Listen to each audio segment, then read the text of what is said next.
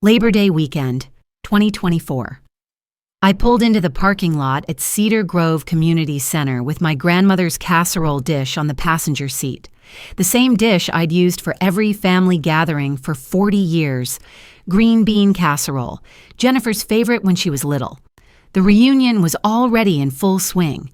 I could hear laughter through the pavilion screens as I walked across the parking lot. My sister Patricia had set up the photo display table near the entrance. 40 years of Henderson family history spread across white tablecloths. There I was in every single picture. Birthday parties, graduations, weddings, holding babies. Always smiling, always there. I set the casserole on the buffet table next to the other dishes. The August heat was oppressive, even under the pavilion roof. I was adjusting the serving spoon when I heard my cousin Linda's voice behind me. "Jennifer, where's your mom? I wanted to ask her about that recipe." I turned. Jennifer was standing 20 feet away with two of her friends from the country club. She didn't see me. She was scrolling through her phone, barely looking up.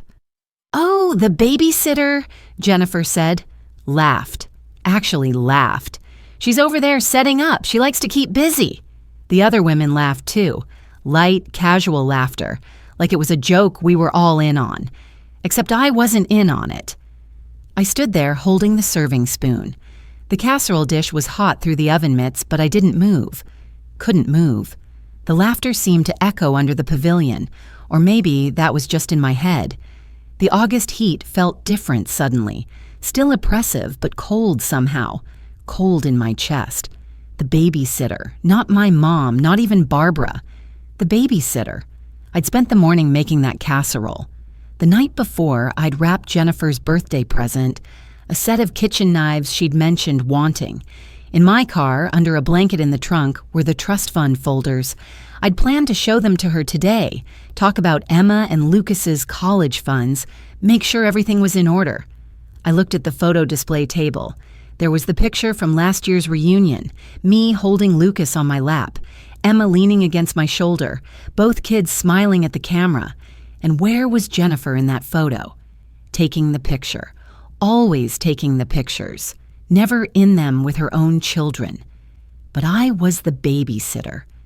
I set down the serving spoon carefully, walked to my car, the sun beating down on the asphalt, the sound of the reunion continuing behind me, music, laughter, the same laughter. I unlocked my car, sat in the driver's seat, and stared at the steering wheel. 43 years I'd been Jennifer's mother. 18 years raising her alone after her father left. Then 8 more years raising Emma and Lucas 4 days a week while Jennifer built her career, her life, her country club friendships, the babysitter. I looked at the photo display through my windshield. 40 years of family history. I was in every single picture, but apparently I'd been invisible for a long time. I started the car, drove home, left the casserole dish at the reunion. Later that night, sitting at my kitchen table with a cup of coffee I couldn't drink, I realized something. Jennifer had never once, not once in 43 years, called me Mom in front of her friends. Not at her college graduation, not at her wedding, not at Emma's baptism, always Barbara, or nothing at all. And now, the babysitter. I looked at my refrigerator, Emma's drawing from 2 weeks ago, held up with a magnet. I love Grandma in purple crayon, Lucas's school photo, the one where he was missing his front tooth, the babysitter. I sat there in my kitchen as the coffee went cold, and I thought about the trust fund folders still in my car. $250,000 I'd set aside for my grandchildren's education, managed by their mother, my daughter, who called me the babysitter. Something needed to change. I just didn't know yet how much. I didn't sleep that night. Kept thinking about that laugh, the casual way she'd said it, like it was true. The babysitter. At 6 the next morning, I made coffee in my grandmother's old percolator. Same routine I'd had for 40 years. But the coffee tasted wrong somehow. Bitter. I poured half the cup down the sink. First time I could remember doing that. My neighbor Margaret knocked on the back door around 7. She does that most mornings, brings over her newspaper, we have coffee together before she heads to her garden. But when she saw my face, she set the paper down. "What happened?" she asked.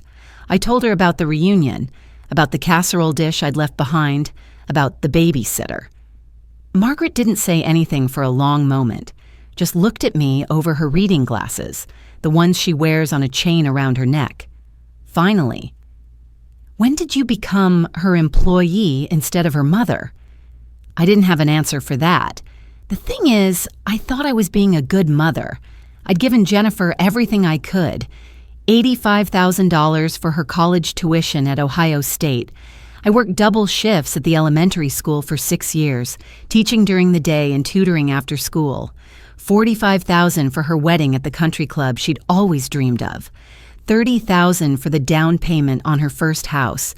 And then the hours, 4, sometimes 5 days a week for the past 8 years, watching Emma and Lucas while Jennifer built her marketing career. Driving them to soccer practice, helping with homework, making them dinner. I'd calculated it once. Roughly 15,000 hours of childcare. Free. I thought I was building something. A relationship, a legacy, a family that stayed close. Turned out I was just convenient. Margaret sipped her coffee. "You know, she asked me to watch the kids last month. Said you were being difficult about your schedule." That stung. I told Jennifer I couldn't watch them one Saturday because I had a doctor's appointment. My annual physical. One Saturday in 8 years. "What did you tell her?" I asked. I said no. "I'm not you, Barb. I learned a long time ago that my son doesn't get to treat me like hired help." Margaret squeezed my hand. "You're allowed to have boundaries." After Margaret left, I sat at the kitchen table looking at my refrigerator. Emma's drawing from 2 weeks ago, Lucas's school photo, a calendar with Jennifer's schedule marked in red, the days I was supposed to watch the kids. Almost every week had at least 3 red marks. The coffee in my cup had gone cold. I thought about Jennifer's divorce 3 years ago. That had been brutal. Her husband's affair became public knowledge at the country club, whispered about in the locker room, discussed over tennis matches. Jennifer fell apart, stopped eating, stopped sleeping. I'd paid for 6 months of therapy sessions, watched the kids every day so she could heal. I saw her at her lowest point and I wanted to help. I did help. Maybe that's where the pattern really started. Or maybe it had always been there, and I just hadn't wanted to see it. I got up and went to my home office, the file cabinet where I keep important documents. Tax returns, insurance policies, estate planning. I pulled out the trust fund folder. 10 years ago, when Emma was born, I'd set up a trust for my grandchildren's education. $250,000. Everything I'd saved from my teaching career, my husband's life insurance, careful investing over 40 years. I'd made Jennifer the trustee. She could access the money for the kids' educational expenses, private school, tutoring, college. I'd trusted her to manage it properly. I hadn't looked at the statements in almost a year. I opened the latest one, the balance, $203,000. I sat there staring at the number, $47,000, gone. In less than 2 years, there were withdrawal notices, 6 of them. Educational expenses, $8,000 here, $12,000 there.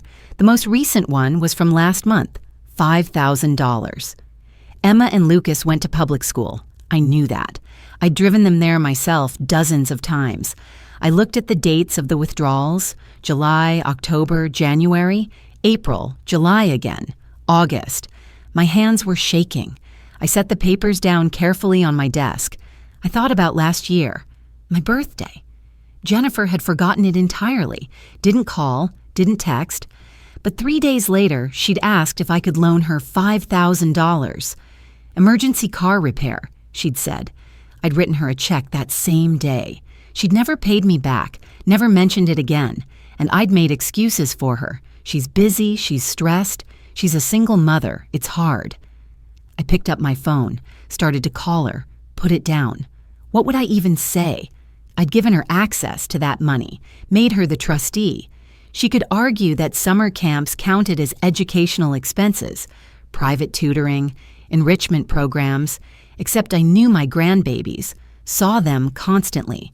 They hadn't been to any camps, any tutoring, any programs that would cost $47,000. I looked at the grandkids' photos on my refrigerator again. Emma's smile, Lucas's missing front tooth. I was supposed to watch them tomorrow. Jennifer had texted me last night, before the reunion, before the babysitter, asking if I could take them for the day. She had a spa appointment. I walked out to my garden. My roses needed pruning. It's what I do when I'm stressed. Get my hands in the soil, focus on something I can control. But I couldn't focus. Kept seeing that bank statement. $203,000. Started with $250. The pruning shears stayed in my hand, but I didn't use them. Just stood there in the August heat, staring at the roses I'd planted 20 years ago when Jennifer was still in college. Before I'd paid $85,000 for that degree. Before I'd become the babysitter. I went back inside. The house felt different somehow, too quiet. I could hear the refrigerator humming, the clock ticking in the hallway. Sounds I'd heard every day for 40 years. But they felt louder now. Margaret's words kept coming back. When did you become her employee instead of her mother? I didn't know, but I knew one thing. I needed to find out where that $47,000 had gone. And I needed to figure out when I'd become someone my own daughter felt comfortable laughing about to strangers. The next morning, another bank statement arrived in the mail. I almost threw it in my desk drawer with the others. I'd never been one to obsess over finances. My teacher's pension was steady. My needs were simple. I trusted the system. But I opened it. Another withdrawal. $8,000. Date, July 15th. Reason, Summer Educational Enrichment Program. I sat down at my kitchen table, pulled out the previous statements I'd found yesterday, spread them across the surface. 6 withdrawals over 2 years, and now a 7th I hadn't noticed before.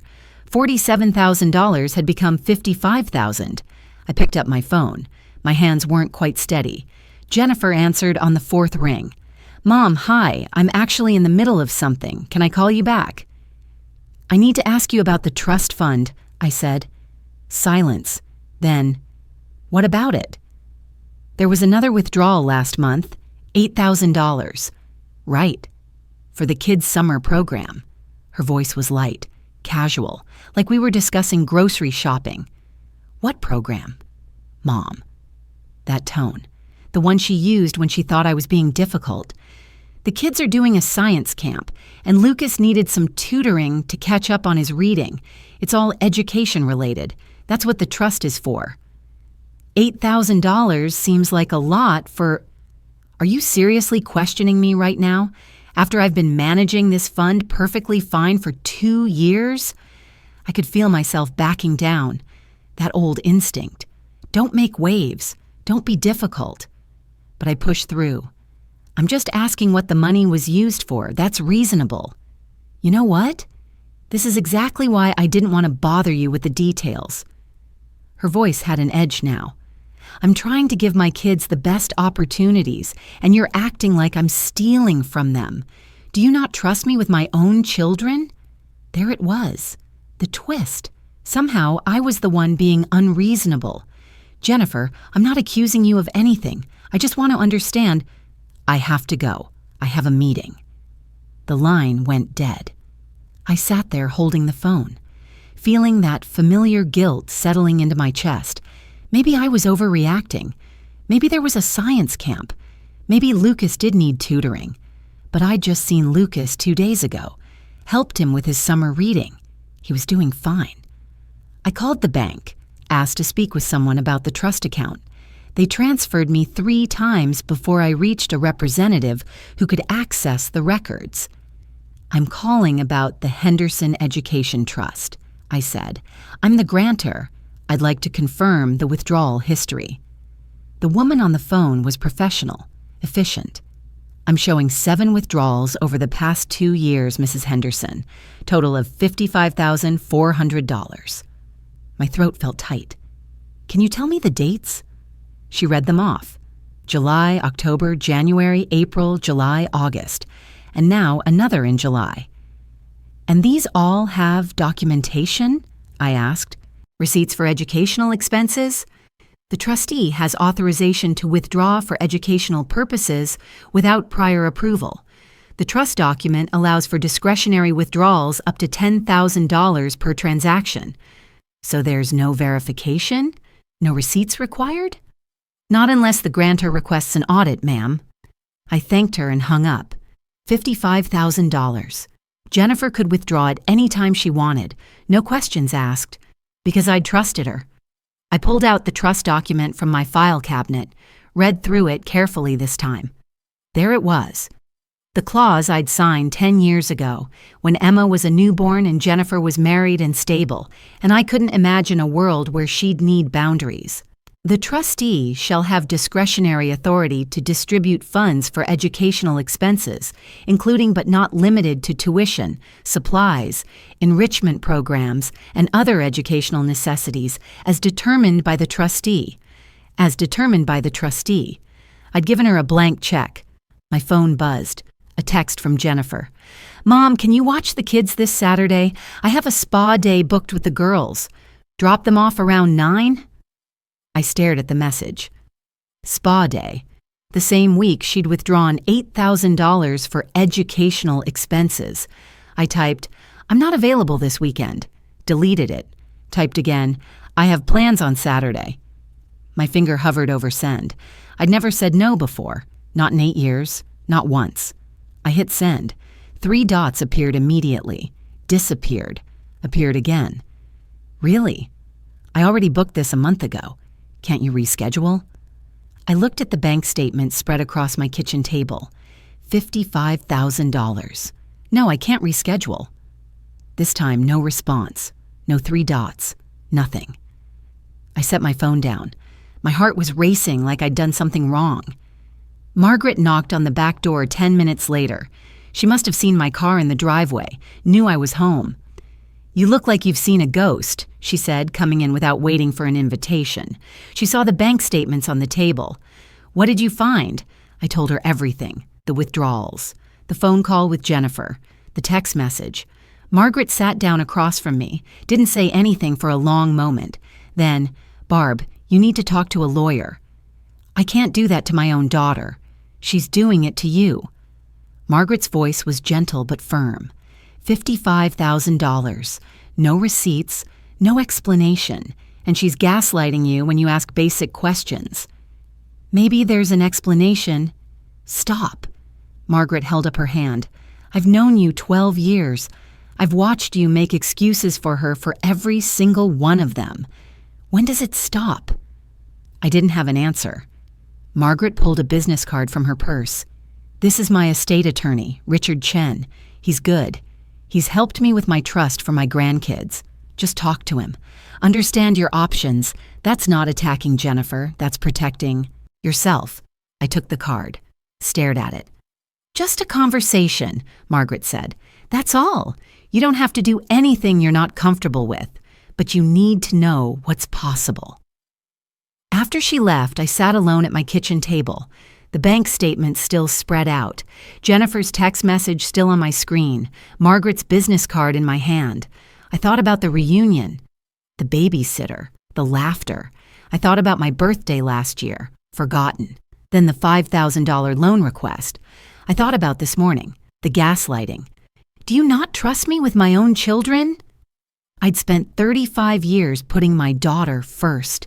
Every decision I'd made, working double shifts, paying for college, watching the grandkids, saying yes to every request, had been about being a good mother, being there, being needed. What if Margaret was right? What if I hadn't been building a relationship at all? What if I'd just been teaching Jennifer that I'd always say yes, that my time, my money, my entire life was available to her whenever she wanted it, that there were no limits, no boundaries, no consequences? What if I'd raised her to expect it? I picked up my phone, looked at Richard Chen's business card. "Just a conversation," Margaret had said. I dialed the number before I could change my mind. A receptionist answered. Professional, courteous. Chen and Associates Estate Planning. Hi, I said. My voice sounded strange, too quiet. I'd like to make an appointment to discuss a trust fund. My name is Barbara Henderson. Of course, Mrs. Henderson. Mr. Chen has an opening Thursday afternoon at 2. Would that work for you? Thursday, 3 days from now. Yes, I said. That works. I hung up, set the phone down carefully on the table next to the bank statements. My coffee had gone cold again. I didn't bother reheating it.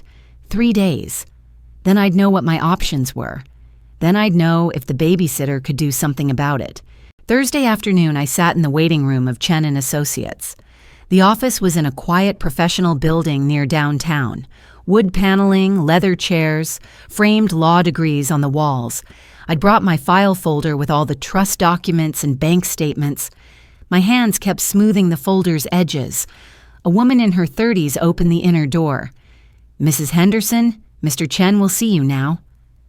Richard Chen's office overlooked a small garden. He was younger than I'd expected. Mid-50s, wire-rimmed glasses, family photos on his desk. He stood when I entered and shook my hand. Please, have a seat. Can I get you some tea? No, thank you. He settled back into his chair, opened a yellow legal pad.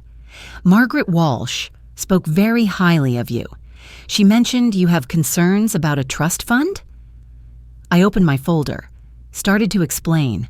The trust I'd established, Jennifer as trustee, the withdrawals I'd discovered.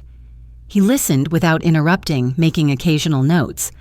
When I finished, he asked, "Do you have the trust document with you?" I handed it to him. He read through it carefully, highlighting sections with a yellow marker. Finally, "Mrs. Henderson, your daughter has broad discretionary authority under this trust. She can withdraw up to $10,000 per transaction for educational purposes without your approval or oversight." I know. I signed it. My voice was quiet. I trusted her. "That's understandable. She's your daughter." He set the document down. But trust law requires fiduciary duty. Even with discretionary authority, a trustee must act in the beneficiary's best interest, not their own. What would I need to prove that she hasn't?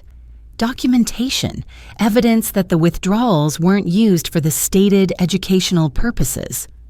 I went home and started documenting everything. I sat at my kitchen table that evening with my laptop open, created a new Excel file, titled it Henderson Trust Analysis.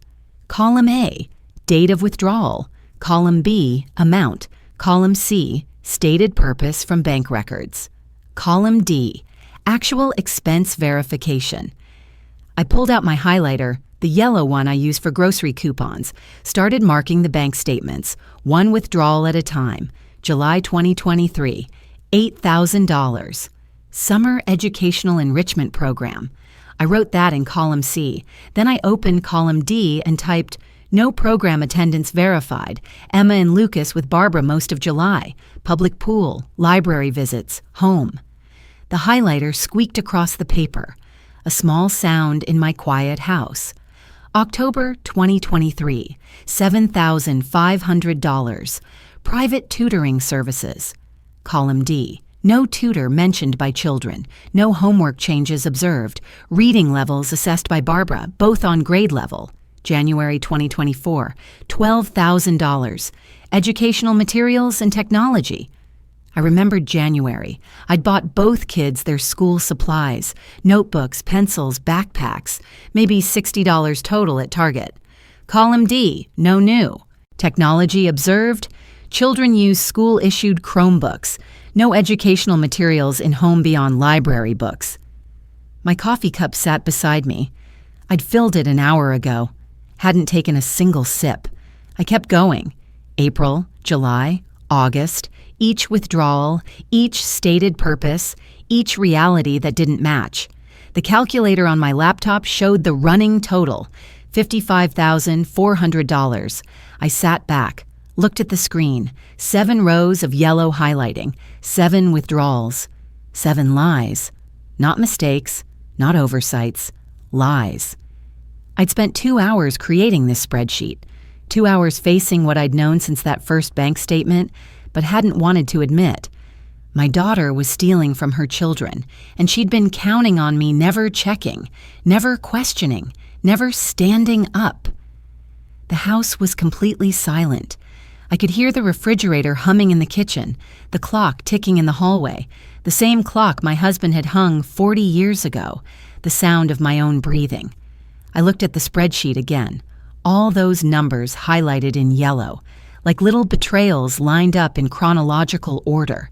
This wasn't a mistake. This was a choice. She'd chosen to take, over and over again, and I'd chosen to pretend I didn't notice. Until now. The next morning, I did something I'd never done before. I logged into the credit card account Jennifer and I had shared since her divorce. It was supposed to be for emergencies, something I'd set up to help her after her husband left. I was an authorized user. I could see the transactions. I hadn't looked at it in over a year. I pulled up the statement from July 2023, the same month as the first trust withdrawal. There it was, July 22nd. Serenity Spa Resort, $3,200. I cross-referenced with my spreadsheet. The trust withdrawal was July 15th, $8,000. 1 week before the spa charge, my hands were steady as I kept scrolling. October 2023 credit card, Nordstrom Designer Boutique, $4,500, trust withdrawal. October 10th, $7,500. January 2024, luxury travel Cancun resort package, $5,800, trust withdrawal. January 5th, $12,000.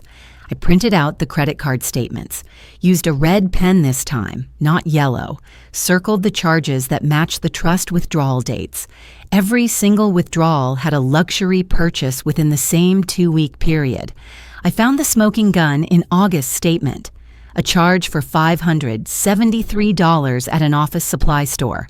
The memo line, because Jennifer always added memos to her purchases, said, "Educational supplies for trust reimbursement." She'd literally tagged a personal purchase as trust-related, except the trust withdrawal that month was $5,000. She'd spent $500 on actual school supplies and pocketed the rest, or spent it on the spa weekend the following week.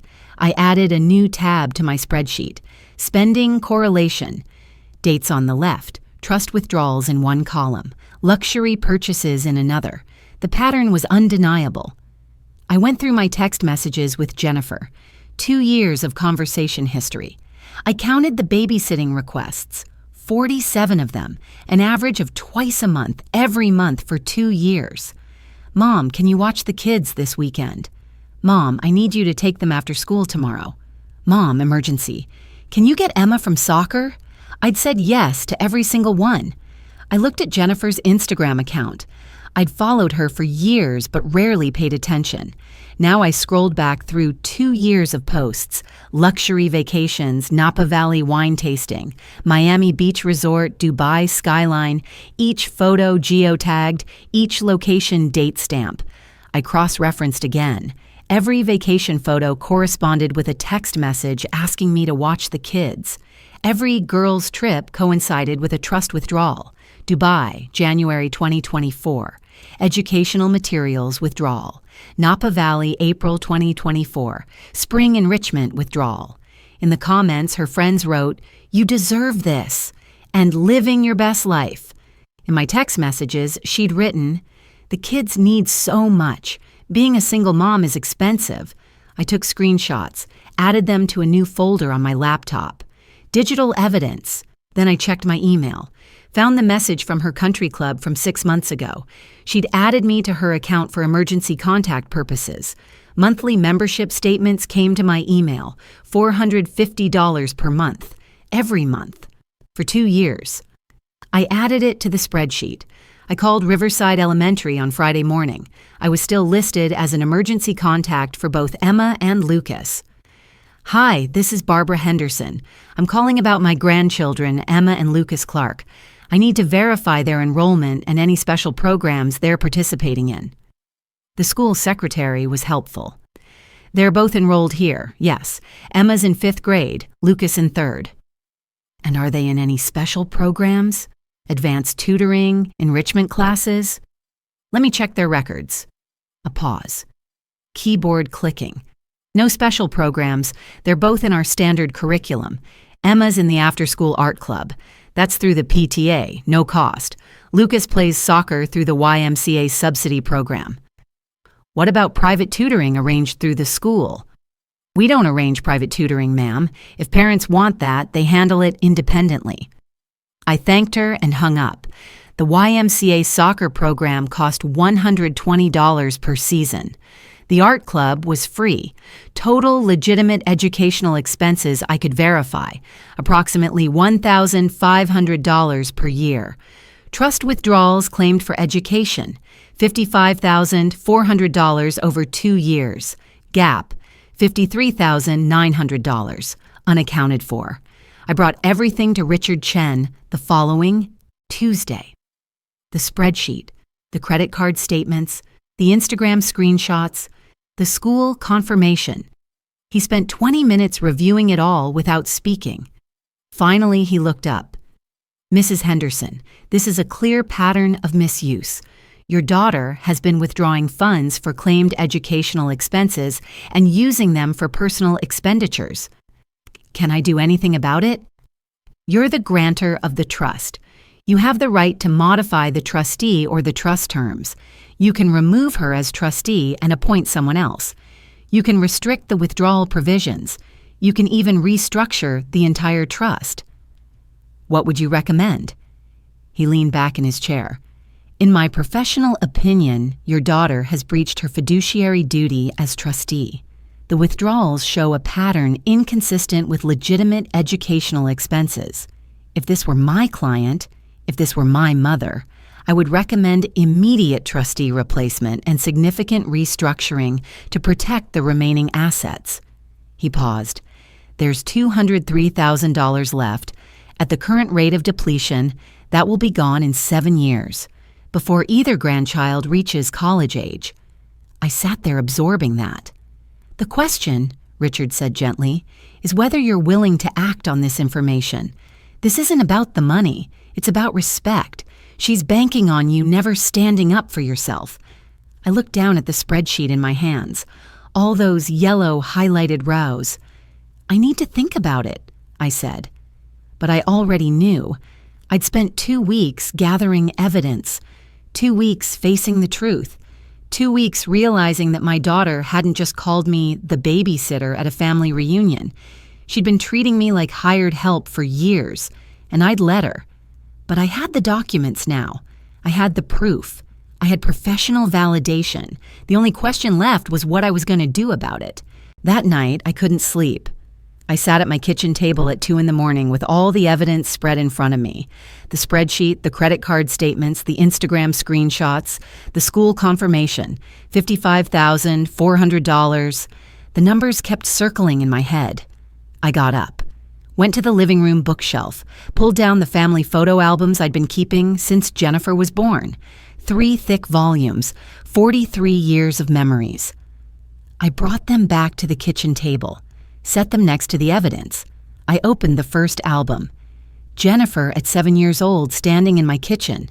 We were baking chocolate chip cookies together, my grandmother's recipe. Jennifer's hands were covered in flour. She was smiling up at me with this look of pure joy. I remembered that day. She'd said, "When I grow up, I want to be just like you, Mommy. I want to bake cookies for my kids, too." I'd felt so proud, so hopeful. I turned the page. Jennifer's high school graduation, me in the background, beaming. I'd worked double shifts for 6 years to pay for her college tuition. In the photo, you could see the exhaustion in my face, but also the pride. I flipped forward. Her wedding day. That country club wedding that cost $45,000. Jennifer in her white dress, surrounded by bridesmaids. I wasn't in that photo. I was behind the camera. I was always behind the camera. More pages. Emma's birth, Lucas's birth, first birthdays, Christmases. Every single holiday for 8 years.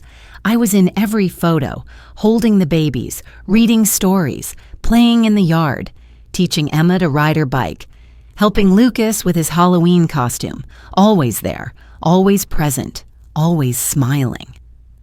I looked at last year's family reunion photo, the one that was supposed to be on display last weekend.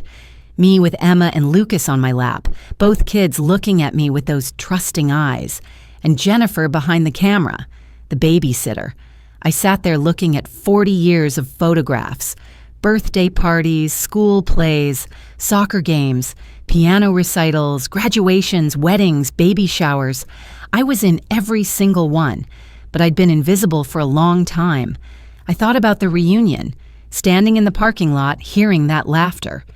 Oh, the babysitter, she's over there setting up. I thought about Jennifer's phone call. Are you seriously questioning me right now? Do you not trust me with my own children? I thought about the credit card charges, the spa weekends, the designer handbags, the luxury vacations, all while she told me, being a single mom is so expensive. The kids need so much. I'd been so focused on being needed that I'd forgotten to be respected. I pulled the reunion photo out of its plastic sleeve, looked at it one more time. Emma's smile, Lucas's missing tooth, my arms around both of them. Then I set it face down on the table next to the trust fund spreadsheet. 2 pictures, 2 different stories. In one, I was grandma, loved, essential, part of their lives. In the other, I was a line item, an expense, a convenience. I opened the drawer where I kept my journal. I'd been writing in it sporadically for years. Nothing serious, just thoughts when I needed to process something. I turned to a blank page. The pen felt heavy in my hand. I wrote, "Legacy should go to those who value it." I stared at those words for a long time. I wasn't losing my daughter. That's what I'd been telling myself. If I just said yes enough, gave enough, sacrificed enough, she'd see my value. She'd appreciate me. She'd stop treating me like hired help. But sitting there at 2 a.m, surrounded by 40 years of photographs and 2 years of evidence, I finally understood. I'd already lost her. I'd lost her years ago. Maybe when she was 22 and forgot to call me on Mother's Day. Maybe when she was 30 and borrowed $5,000 and never paid it back. Maybe when she was 40 and started calling me the babysitter to her friends. I didn't know exactly when, but I knew it had happened, and I'd been pretending it hadn't, making excuses, telling myself she was busy, she was stressed, she was doing her best as a single mom. I'd been lying to myself as much as she'd been lying to me. The realization didn't feel dramatic. No tears, no anger, just a quiet clarity, like a fog lifting. I looked at the photo album again. That 7-year-old girl covered in flour. I want to be just like you, Mommy. She hadn't become like me at all. And maybe that wasn't my failure. Maybe I'd been carrying guilt that wasn't mine to carry. I'd raised her the best I could, taught her values, showed her what it meant to work hard, to sacrifice, to love unconditionally. But I'd also taught her that my boundaries didn't matter, that my time was always available, that my money was hers for the asking, that I'd say yes to anything, forgive anything, excuse anything. I'd taught her that there were no consequences, and she'd learned that lesson perfectly. My flaw wasn't that I'd been conflict avoidant. It was that I'd confused being needed with being loved. I'd thought that if I made myself indispensable, I'd make myself valued. Instead, I'd made myself a tool. But tools can be replaced. Tools can be discarded. Tools don't get invitations to family photos. They just set up the buffet table. I looked at the evidence spread across my table, the spreadsheet with its yellow highlighting, the credit card charges in red ink, the Instagram screenshots of luxury vacations funded by my grandchildren's college money. Then I looked at the reunion photo, Emma and Lucas, their futures. I picked up my phone. It was 2:30 a.m, but I didn't care. I opened my notes app and typed, "Call Richard Chen tomorrow, update estate plan, protect the trust, set boundaries." Then I added one more line, not out of anger, out of clarity. I closed the photo album, put the reunion picture back in its sleeve, but I didn't put it back in the album. I left it on the table next to the trust fund documents, a reminder. I'd spent 40 years being the person everyone could count on, the yes woman, the safety net, the babysitter. Tomorrow, I was going to start being someone else, someone who protected what was hers, someone who said no when no was needed, someone who understood that legacy didn't mean giving everything away to people who didn't value it. It meant protecting it for those who would. Emma and Lucas valued me. I saw it in their drawings on my refrigerator, in the way Lucas saved his artwork for me, in the way Emma still wanted to bake cookies using my grandmother's recipe. They didn't call me the babysitter, they called me Grandma. And their future, their real future, their college education, their security was more important than my fear of being difficult. I was 72 years old. I'd spent 35 years raising my daughter alone, 8 more years raising my grandchildren while she built her life, and I was done apologizing for having boundaries. The next morning, I made coffee at 6, the usual routine. But this time, the coffee tasted right. I drank the whole cup. At 9, I called Richard Chen's office. Chen and Associates Estate Planning. This is Barbara Henderson. I need to schedule an appointment with Mr. Chen. I want to update my estate plan, and I need to discuss changing the trustee on my grandchildren's education trust. Of course, Mrs. Henderson. He has an opening next Tuesday at 10. I'll take it. I hung up, set my phone down carefully on the kitchen table. Outside my window, the morning sun was bright on my rose garden. The roses I'd neglected last week were still waiting to be pruned. I went outside with my pruning shears. The August heat was already building, but it felt different today. Not oppressive, just warm. I started pruning, cutting away the dead wood, the parts that were taking resources without producing anything, making room for new growth.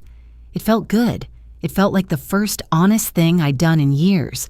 Tuesday morning, I had my appointment with Richard Chen. I brought the updated evidence, the photo I'd removed from the album, my journal with that single line, "Legacy should go to those who value it." He reviewed everything carefully. "Mrs. Henderson, I can draft the necessary documents to remove your daughter as trustee and restructure the trust. It will take about 2 weeks to prepare. In the meantime, I'd recommend you try one more time to resolve this directly with her." Why? Because if this goes legal, it will be on record. Family relationships are complicated. Sometimes people respond better to a private conversation than to legal action. I wasn't convinced, but I agreed to try. That afternoon, I called Jennifer. "Mom, hi. I'm actually really busy right now. I need to talk to you about the trust fund. Can we meet for coffee this week?" Silence. Then, "What about the trust?" "I'd rather discuss it in person." Another pause. "Let me check my schedule. I'll text you." She texted 3 hours later. "This week is crazy. Can't do coffee. Is everything okay?" I stared at the message. The avoidance was so obvious. I typed back, "It's important. When can you meet?" "Next week, maybe? I'll let you know." She didn't let me know. A week later, after Jennifer had ignored 2 more requests to meet, I tried a different approach. I texted, "I'd like to have a family meeting. You, me, and the kids. We can do it at my house, Sunday afternoon." She responded within minutes this time. "Why do you need the kids there? What's this about?" "Just want to discuss some family matters, estate planning, the trust, making sure everything's in order for Emma and Lucas's future. I don't think that's appropriate to discuss in front of the kids." "Then just you and me." "Sunday doesn't work. I have plans." I scheduled it for the following Wednesday evening. She confirmed. I made dinner, pot roast, her childhood favorite. Set the table for 2. At 5:30, she texted, "Emergency at work, have to cancel. Sorry, rain check?" I sat at the table looking at the pot roast I'd spent 3 hours making, the table set with my good china, the folder of trust documents waiting on the sideboard. She wasn't coming. She was never going to come. She knew something was wrong, and she was avoiding it. My sister Patricia called that Sunday. our weekly check-in. I almost didn't answer. I wasn't in the mood for small talk, but I picked up. "Barb, I need to tell you something. I should have mentioned it sooner." "What's wrong?" "Jennifer called me 2 months ago, asked if I could loan her $10,000, said it was for the kids' private school tuition." I sat down heavily in my kitchen chair. "What did you tell her?" I said no. I felt guilty about it, but something didn't feel right. She got really defensive when I asked which private school, said I was being difficult, just like... Patricia stopped. "Just like what?" "She said you were being difficult about the trust fund too, that you were suddenly questioning all her decisions about the kids' education. She made it sound like you were being controlling." My hands were shaking. "The kids aren't in private school, Patty. They're at Riverside Elementary, public school." Silence on the other end of the line. "Oh, Barb. She's been withdrawing money from their education trust, $55,000 over 2 years, for educational expenses that don't exist." Patricia didn't say anything for a long moment. When she spoke, her voice was tight. "I should have told you about the loan request immediately. I'm sorry." "Don't apologize. You did the right thing saying no." I looked at my refrigerator. Emma's drawing, Lucas's photo. She's been systematically targeting anyone with money. You, me, probably others. "What are you going to do?" "I'm changing the trust, removing her as trustee." "Good." Patricia's voice was firm, no hesitation. "You gave the rest of us permission to say no, Barb. Now you need to do the same for yourself." The next day, Margaret came over with her newspaper. She sat down at my kitchen table without preamble. "I saw Jennifer yesterday at the Starbucks on Main Street." "Okay?" "She was getting into a new car. BMW, black. Looked expensive." I closed my eyes. "She leases." "That's an $800 a month lease minimum." I looked it up. Margaret pulled out her phone, showed me a photo she'd taken. I also checked her Instagram. She posted from a spa weekend last month, the Serenity Resort. I looked that up too. $3,000 for a weekend package. "Why are you checking her Instagram?" "Because you're my friend, and I wanted proof that I'm not imagining things." Margaret set her phone down. "She's living well beyond her means, Barb. Country club membership, luxury car, spa weekends, designer clothes, and she's funding it with your grandchildren's college money." I knew all of this already, but hearing Margaret say it out loud, seeing the actual numbers, made it real in a different way. "The attorney is preparing documents to change the trust," I said quietly. Margaret squeezed my hand. "Good." 2 days later, Jennifer called me. Not texted, actually called. "Mom, I need to talk to you about something important." My heart sank. Did she know about the attorney? Had Richard's office contacted her? "What is it?" "I've been thinking about moving. There's a great neighborhood about 20 minutes away.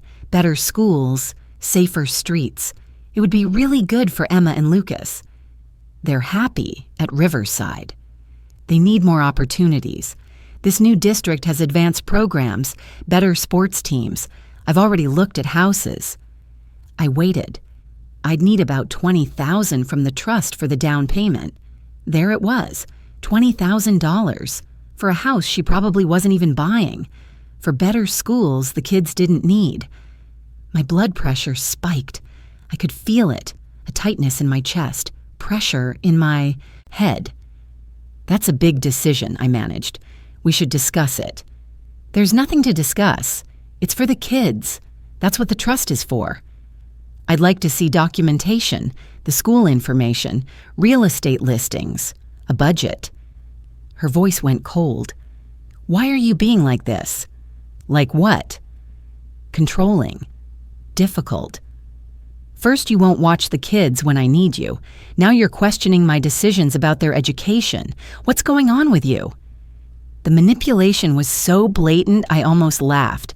I'm asking for basic information before $20,000 gets withdrawn from an education trust. That's reasonable. "You know what? Forget it. I'll figure it out myself, like I always do." She hung up. I sat there holding the phone. The pressure in my head hadn't gone away. My hands were trembling. That night, I couldn't sleep. The pressure in my chest had gotten worse. I took my blood pressure with the home monitor my doctor had prescribed last year, 162/98, dangerously high. The next morning, I called my doctor's office. They got me in that afternoon. Dr. Martinez looked concerned when she saw the reading. "Barbara, your blood pressure was 120/80 at your physical 6 months ago. What's changed?" "Stress." "What kind of stress?" I told her. "Not everything, just the basics. Family issues, financial concerns, difficult decisions ahead." She took my blood pressure again, 158/96, still high. "I'm going to prescribe medication," she said, "but medication won't fix the root cause. Whatever's causing this stress, you need to address it. Your health is at risk." I left her office with a prescription and a warning. Reduce stress or face serious consequences. Stroke, heart attack, organ damage. Margaret found me sitting in my car in the parking lot 20 minutes later. She'd seen my car there when she drove past on her way to the grocery store. "Barb, what's wrong?" I showed her the prescription bottle. Margaret's face went pale. "Your blood pressure?" I nodded. "That's it." Margaret's voice was firm, no room for argument. "You have to resolve this. She's not going to change. She's going to keep taking and taking until there's nothing left, or until you stop her." "I know." "When do you meet with the attorney again?" "Next Tuesday. The documents should be ready." "Good." Margaret squeezed my shoulder. "You're doing the right thing. Don't let her guilt you out of it." But that night, alone in my house, the guilt came anyway. What kind of mother takes legal action against her own daughter? What kind of grandmother protects money over relationships? What if Emma and Lucas blamed me? What if they thought I chose the trust fund over their mother? I looked at the prescription bottle on my kitchen counter, medication for stress-induced hypertension. Then I looked at the folder Richard Chen had given me. Trust restructuring documents. In preparation. I thought about Patricia's words. "You gave us permission to say no." I thought about Dr. Martinez's warning. "Your health is at risk." I thought about Margaret's truth. "She's going to keep taking until you stop her." I opened my journal, turned to that page. "Legacy should go to those who value it." I added one more line underneath. "And protecting yourself isn't selfish. It's necessary." The next morning, I called Richard Chen's office. "This is Barbara Henderson. I wanted to confirm my appointment for Tuesday. 2 o'clock, Mrs. Henderson. The documents will be ready for your review." "Thank you." I paused. "And after I sign them, how long until the changes take effect?" "Immediately upon filing with the bank. Your daughter will be notified by the institution that she's been removed as trustee." "Good." I hung up. Took my blood pressure medication with my morning coffee. Looked out at my rose garden. The roses were thriving. I'd pruned away the dead wood, made room for new growth. Now it was time to do the same with my life. Tuesday afternoon, 2 o'clock. I'd set my dining room table for 3, me, Jennifer, and Richard Chen. The trust fund documents were in a folder on the sideboard, bank statements, the spreadsheet with yellow highlighting, credit card records, Instagram screenshots, school confirmation, everything organized in clear plastic sleeves. Richard arrived first. He set his briefcase on the side chair, pulled out a yellow legal pad and the new trust documents he'd prepared. "How are you feeling?" he asked. "Nervous?" "That's normal. Remember, this is about protecting your grandchildren's future. You're not attacking anyone, you're setting boundaries." I nodded. Smoothed the tablecloth for the 3rd time. The doorbell rang at 2:15. Jennifer stood on my porch in designer sunglasses and a linen blazer. She looked past me, saw Richard through the dining room doorway.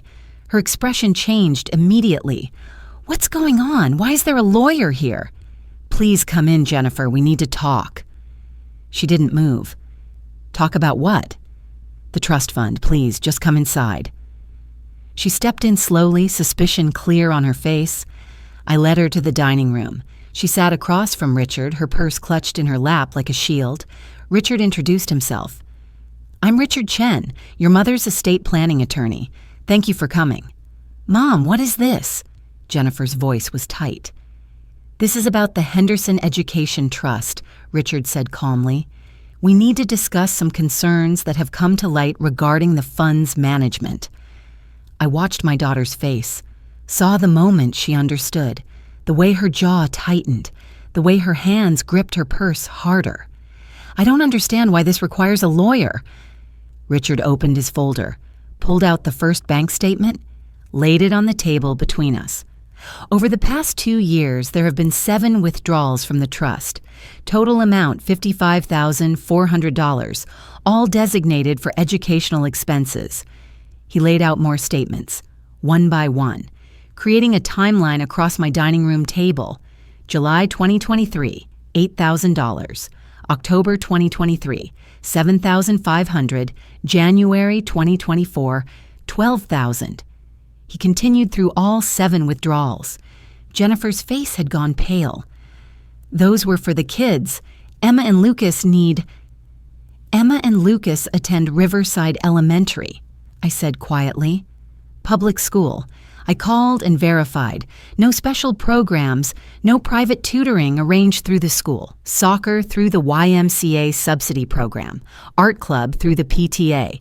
No cost. Richard pulled out the next document, the credit card statements with my red circles. These are charges from the same credit card account where Mrs. Henderson is an authorized user. Notice the dates. He pointed. July 22, 2023, Serenity Spa Resort, $3,200, 1 week after an $8,000 trust withdrawal for summer educational enrichment. October 18th, Nordstrom Designer Boutique, $4,500, 8 days after a withdrawal for private tutoring. This is circumstantial, Jennifer said.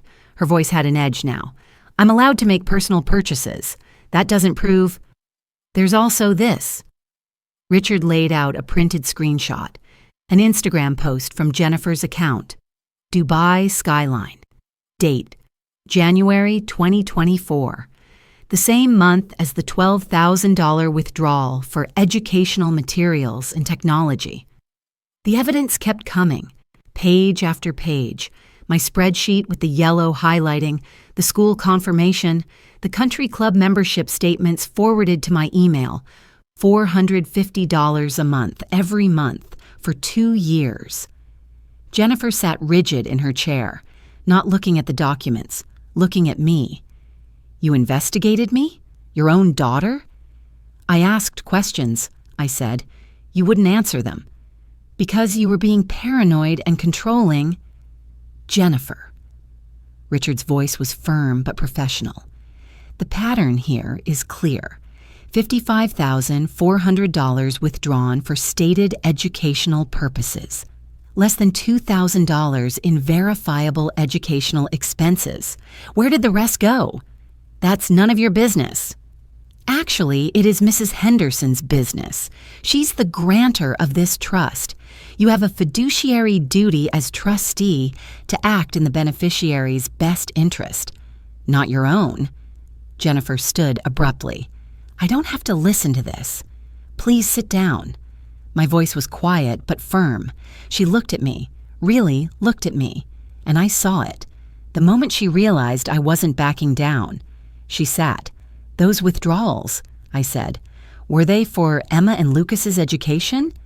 Silence. Jennifer, answer the question. Some of it was. How much? She didn't answer. The truth, Jennifer. I don't know exactly. Maybe 1,500? 2,000? The kids needed things. School supplies, clothes, activities. $1,500 over 2 years. Out of $55,400.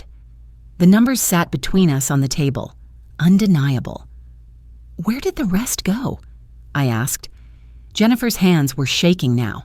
I had expenses. The divorce was expensive, legal fees, therapy, keeping up the house, trying to maintain some kind of normal life for the kids. Spa weekends? Designer handbags? A BMW lease? Her face flushed red. You have no idea what it's like. Being a single mother, trying to keep up appearances so the kids don't feel like we're struggling." "They're not struggling," I said. "They're fine, they're happy. They have a roof over their heads, food on the table, a mother who loves them. They don't need a BMW or a country club membership. They need their college fund." "I was going to pay it back? When? How? You've been withdrawing money for 2 years. The pattern isn't slowing down. It's accelerating. Last week you asked for $20,000 more." Jennifer's eyes filled with tears. "Mom, please, I messed up. I know I did, but I can fix this." I looked at her, really looked at her. The woman who'd called me the babysitter at a family reunion, who'd spent her children's college money on luxury vacations, who'd gaslit me when I asked basic questions, who'd avoided meeting with me for weeks because she knew what I'd found. And I felt something shift inside me. Not anger, not even disappointment anymore, just clarity. "This isn't about the money, Jennifer. It's about respect. Something you stopped showing me years ago." I looked at her, really looked at her.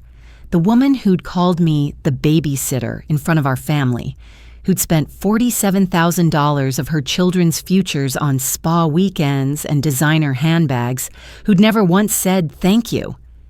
"I spent 40 years being your mother, raising you, supporting you, sacrificing for you. I'm still your mother, but I'm not your ATM, and I'm not your babysitter."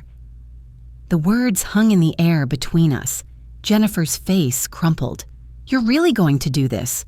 Over money? I'm your daughter. And Emma and Lucas are my grandchildren. Their future matters more than your spa weekends." Richard pulled out the final documents, the new trust paperwork. He slid them across the table to Jennifer. "These are the amended trust documents. As of today, you're being removed as trustee of the Henderson Education Trust. A professional trustee from First National Bank will assume management. The funds will be locked until Emma and Lucas turn 18 and can access them directly for verified educational expenses." Jennifer stared at the papers like they were a death sentence. "You can't do this." "She can," Richard said. "She's the grantor. The trust document allows for trustee replacement at her discretion." "Mom," Jennifer's voice broke. "Please don't do this. I'm drowning. The bills, the pressure, keeping up." And there it was, the vulnerability I'd been waiting for, the human being underneath the manipulation. "I know it's hard," I said quietly. "The divorce, being a single mother. I did it too, remember? For 18 years after your father left. It's not the same." "You're right, it's not. Because when I was struggling, I didn't steal from you. I didn't lie about it. And I didn't call my mother the babysitter when she tried to help me." Jennifer flinched. "I would have helped you," I said. "If you'd asked, if you'd been honest, if you'd treated me like your mother instead of a bank account. But you didn't." "I didn't know how." Her voice was barely a whisper. "I didn't know how to ask for help without admitting I was failing." I felt a flicker of sympathy, genuine sympathy. She was struggling. She was scared.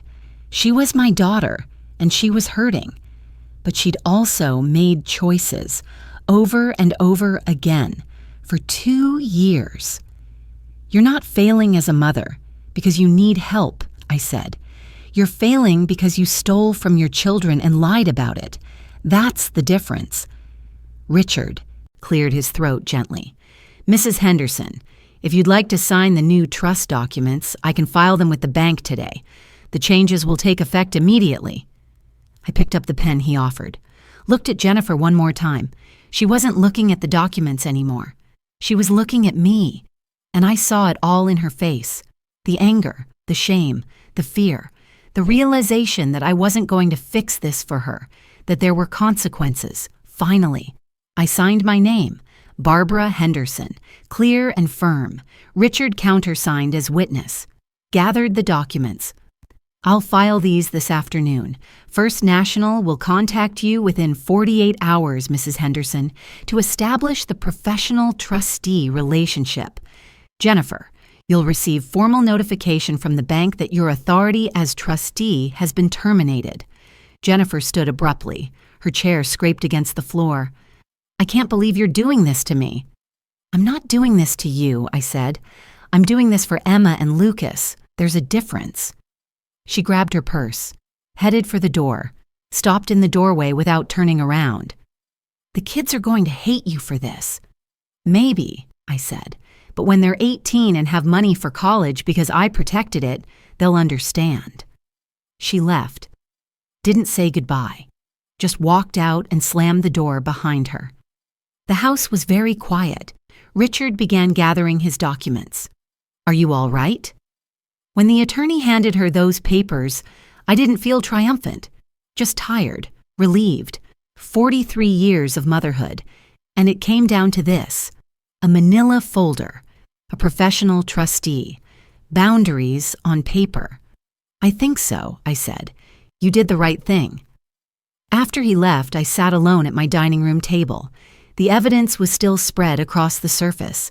Yellow highlighting, red circles, screenshots of vacations I'd never take. I looked at the family photos on my wall: Jennifer's high school graduation, her wedding day, Emma and Lucas as babies. I was in every picture, but I wasn't invisible anymore.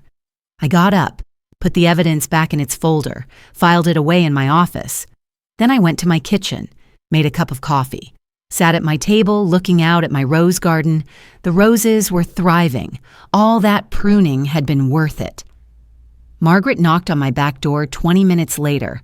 She must have seen Richard's car leave. "How did it go?" "It's done," I said.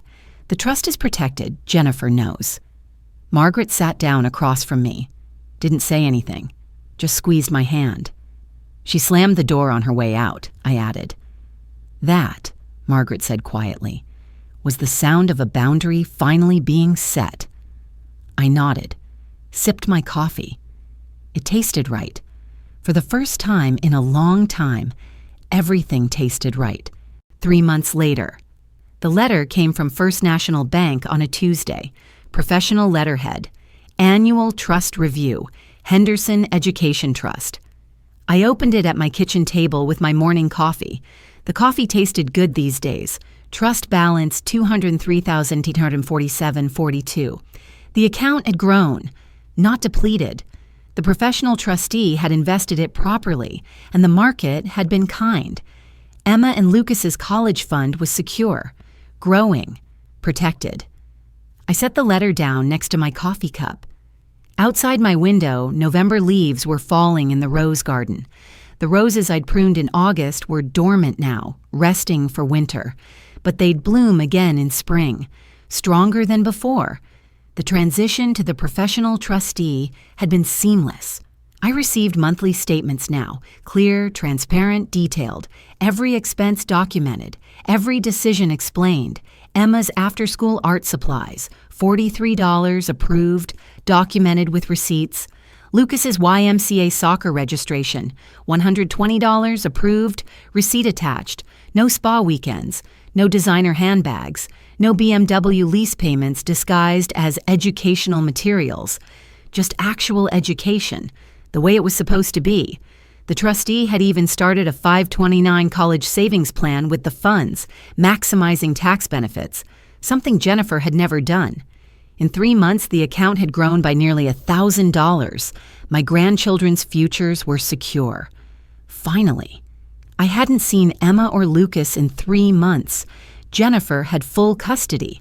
I had no legal visitation rights. I was the grandmother, not a parent. She could keep them from me if she wanted, and she wanted. I saw them on social media sometimes. Jennifer still posted photos. Emma's school picture from this year, Lucas's Halloween costume. He'd been a dinosaur. I wondered if Jennifer remembered that I'd helped him make a dinosaur costume 3 years ago. Papier-mâché head, green paint, cardboard tail. Probably not. My sister Patricia called every Sunday. Those calls had gotten longer, warmer. Last week, she'd told me about her own boundary setting with her son. "You gave me permission," she'd said, "to say no when no is needed." The extended family had split. Some thought I'd been too harsh.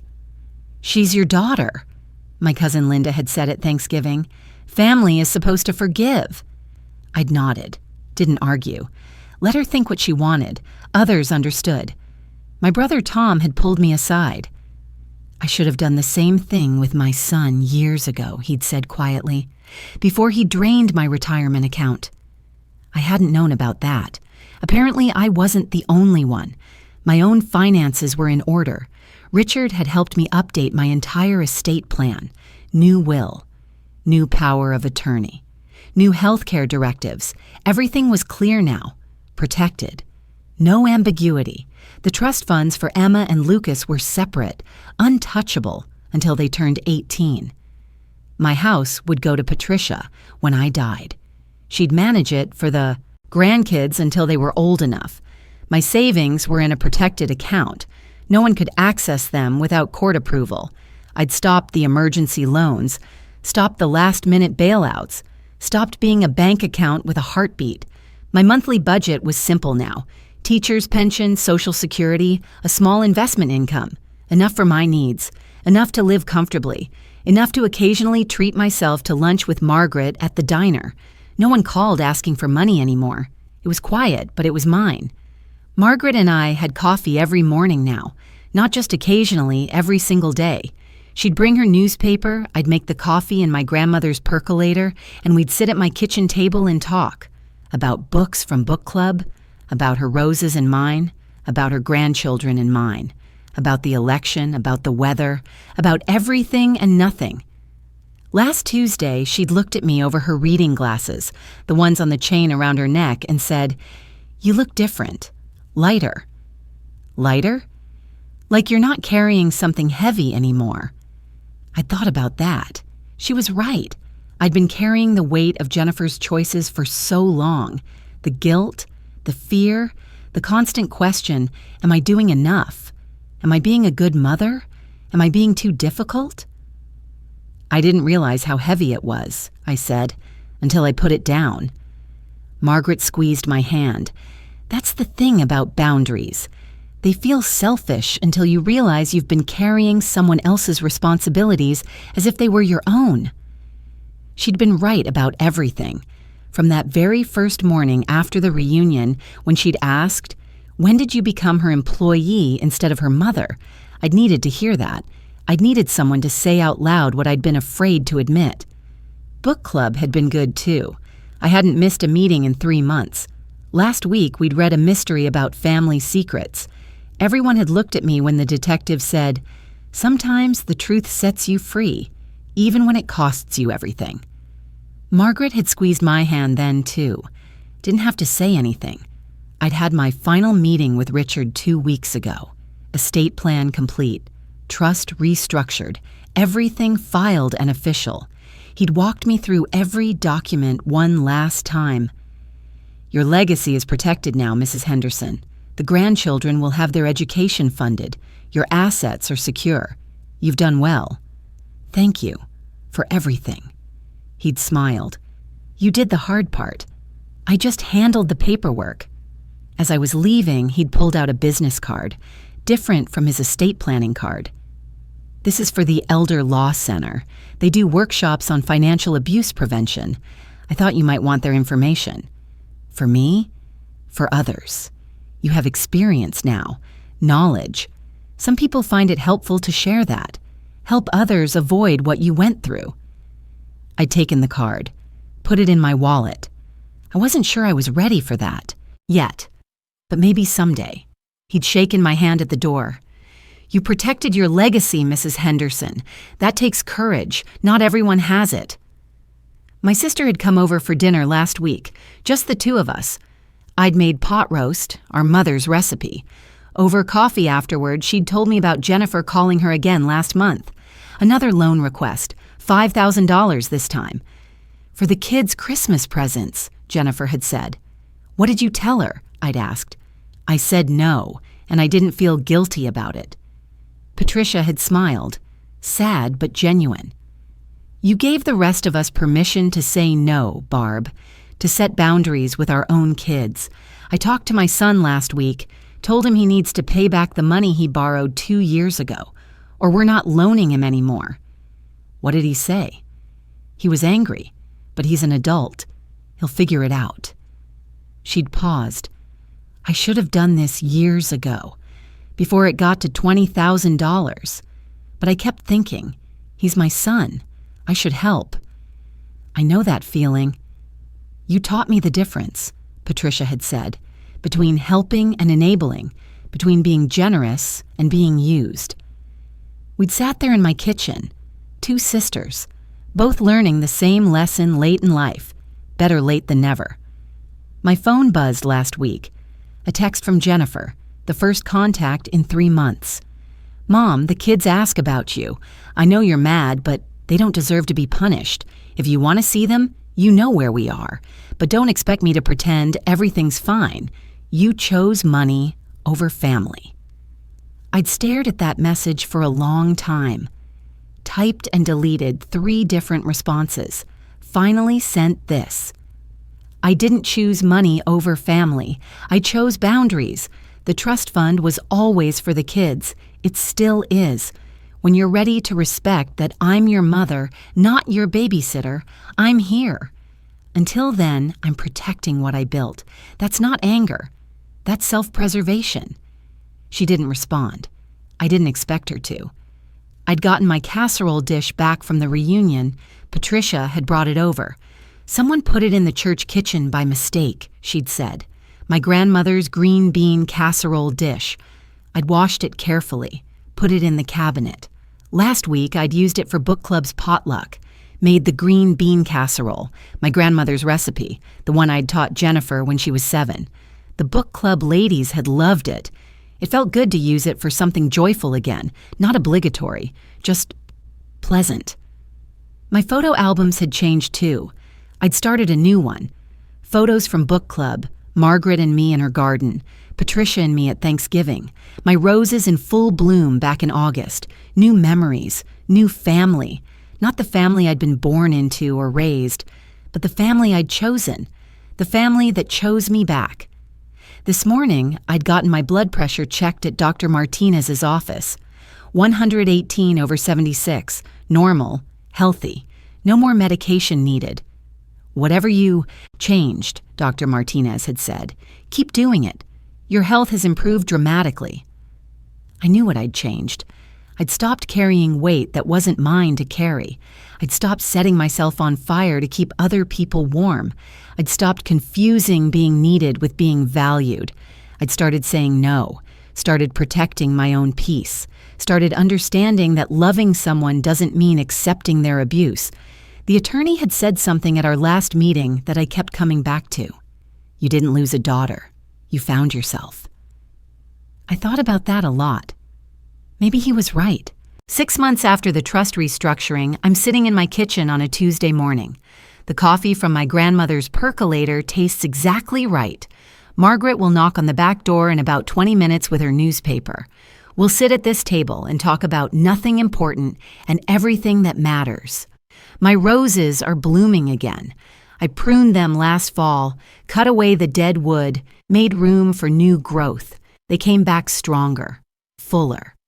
The pink ones my husband planted 40 years ago are thriving. I'm 72 years old. I live alone in the house I've owned for 45 years. My teacher's pension covers my bills. My savings account is mine. No one has the password. No one asks for loans anymore. I have lunch with Patricia every other week, book club every Thursday, garden club on the first Saturday of the month. I'm taking a watercolor class at the community center, something I always wanted to try but never had time for when I was busy being everyone's solution. I haven't seen Emma or Lucas in 6 months.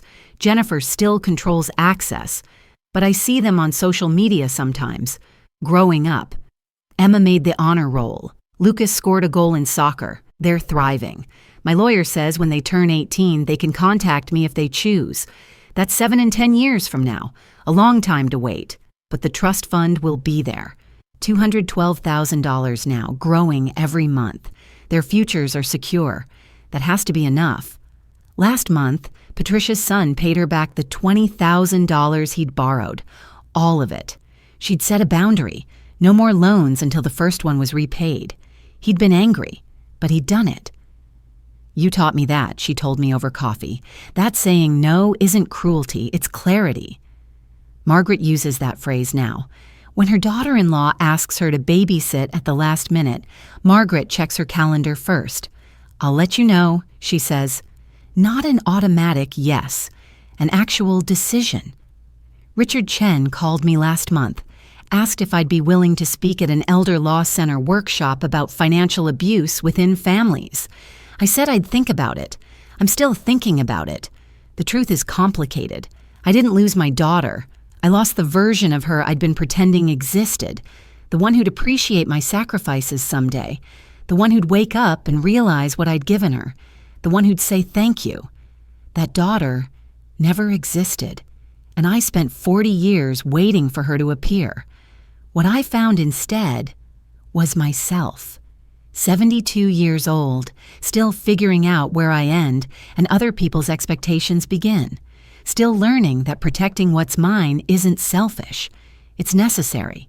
My grandchildren will have their education funded. My estate plan is clear and protected. My health has improved. Blood pressure normal, no medication needed. My calendar has activities I choose, not obligations I accept out of guilt. Legacy isn't just what you leave behind, it's what you refuse to let be taken.